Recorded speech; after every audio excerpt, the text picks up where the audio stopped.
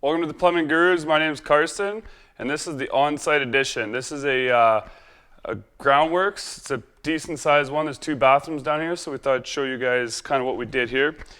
So if you come over here, I don't know if you can see back there, but the drain came in super low in the house, so we 22'd it up and then 22'd flat, and we put a mainline backwater valve in to protect the house from any kind of sewage backup. Now, when I get this measurement, I didn't just like throw it at a certain height. I check. What I usually do is I take a tape measure and I measure down from the joist down to the top of the footing, because this is on top of the footing is concrete. So we know that if we're below this footing at all places, we're safe. But I usually like to go even lower. So I made sure that I was well below the top of this footing, because they're also putting in-floor heating in here. So we got to make sure we're below so they can properly insulate everything. So then off of this mainline backwater valve, they want us to have a minimum of a 1-foot piece before we put on a Y connection to pick up any 3-inch stacks or anything like that. So we got a minimum 1 foot. We came over here. Before we get any further, Preston, you were saying why you made that height where it's at because of the furthest. Because of the grade of the furthest fixture down there, yeah. So like, it goes way over there, and by the time we get way over there, we're below the top of the footing. Thank you, Clayton. And then, so this is just a 3-inch stack. This 3-inch stack is just going to be picking up the master. There's a master bathroom above here, so we wanted to make sure that we had somewhere to drain all this stuff, and it's going to come down into a 2x6 wall here. And then we come over here, we wide off for our bathroom. There's a 3-piece bathroom right here. We wide off. And as we've said before, with wet venting, I always in a basement, this is what I say, I shoot straight to the toilet. And then the first Y you take off here, this will be your wet vent. So now we are wet venting this toilet. So this 2-inch pipe is wet venting here. Up until here, this is the wet vent. And then it's also venting our tub. So our tub and shower comes over here. And then we just have a P-trap. We usually like to put the P-trap in the ground, and just don't glue this vertical piece in, and then we put a nice little barrier around it so no rocks or dirt get in there, and then we can pull this out later. And pull that bucket out and show them. So I notched the bucket. Let's see the coupling there. P-trap it's just loose into the P-trap. Okay, yeah. And then you cut the bucket. And we cut the bucket, and then voila, we got a little barrier there. So then on 4-inch, minimum grade is 1/8 inch per foot for us. We're just in between like 1/8 and 1/4. Some spots are 1/4, some spots are just over 1/8.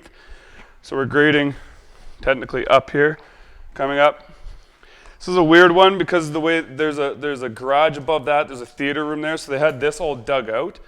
So this whole area was a little bit difficult to get around. Oh boy. Hey. Okay, sorry, contractors here. Then we come over here. We got a 4x2Y picking up the kitchen way over there so that we don't have to run way over here to get our kitchen drain. So that's just inside of a wall over there. The joist there? Yep, because there's a lot of flush beams and stuff here, so there's a bit of planning. And then there's a 2-inch Y here that's picking up one of the double vanities, because on a double vanity, we can only drain, so a 2-inch wet vent can only do 1 sink, a tub, and a toilet. So we made sure to run a completely separate drain and vent for this sink here. So we come over here, a 4-inch main. The reason we ran it all the way over here to the mechanical room is because we like to be able to access the 4-inch cleanout, because a lot of times all the cleanouts are hidden in the walls. So we brought it all the way here, so if there's ever an issue with the main drain, they can actually get into the mechanical room, open up the cleanout, and snake all the way back and not have to use somewhere else, or a toilet or something like that. We have a full 4-inch the whole way. And then off of this 3-inch here is going to another bathroom, but it's also picking up our floor drain. So we'll follow this. Floor drain comes over here. We're under 12 feet. We can do a floor drain up to 12 feet, minimum 18 inches, maximum 12 feet for a trap arm for just a 3-inch floor drain. And then we always put condensate drains. So these condensate drains are actually going to pick up the furnaces and the boiler so that we don't have condensate pipes running along the floor into the drain. It just looks a lot nicer and cleaner, and nobody's tripping over anything if they want to use the mechanical room as storage. And then we got radon. We have to, by code, put a radon pipe in. It just picks up the radon gases. They test it if they need to. If they need to, they hook it up into a vent and pipe it outside. That's nothing to do with us, but we have to put them in. And then same thing. This bathroom is just another basic. It's a 4-piece because there's two sinks, but in this case, we got our 2-inch wet vent doing our sink, our tub, and our toilet there. And then as for our water line, it came from where we first started there. We just fished it all the way around. We like to put, if we can, as much good strapping and blocking and sleeve it coming through the concrete so that this is nice and straight coming out so that when they pour the concrete, it looks nice when we're going to hook it up. And then here, just explain how we anchored the wood to the concrete. Correct. So instead of running it 2x4 all the way up. Yeah, like what we used to do is run a 2x4 up and hang it, but now what we do is we just take an impact, we drill holes, and we just put solder in that hole, and then drive a wood screw in, and it holds it plenty strong enough for this, because it all comes off, it's just temporary. This is just a wood screw going into concrete with some solder in there, so that's a little trick of the trade.